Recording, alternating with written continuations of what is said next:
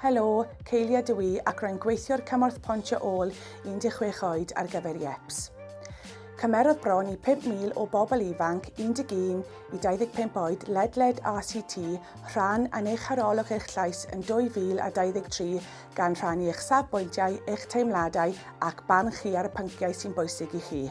Dywedodd bron i 90% o'r cyfranogwyr ei bod mewn addysg llawn amser, roedd 5% yn mynychu darparo'r hyfforddiant a 3% mewn cyflogaeth.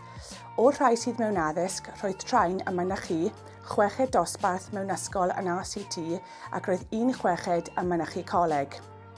Pan ofynnwyd iddyn nhw a oedden nhw'n hapus eu penderfyniad ynghylch beth i'w wneud ar ôl gadael yr ysgol, teimlai dros 80% o'r cyfranogwyr ei bod yn hapus â'i dewisiadau a dywedodd 41% o'r cyfranogwyr hefyd nad oedd angen unrhyw gymorth na gwybodaeth bellach arnyn nhw wrth ddod o hyd i swydd neu gwrth addas. Bydd Arolwg eich Llais yn cael ei ddefnyddio i helpu cyngor ACT, Ieps a sefydliadau eraill i ddarparu'r pethau sy'n bwysig i chi. I gael rhagor o wybodaeth am Arolwg eich Llais, cliciwch y linc isod neu sganio'r cod QR yma.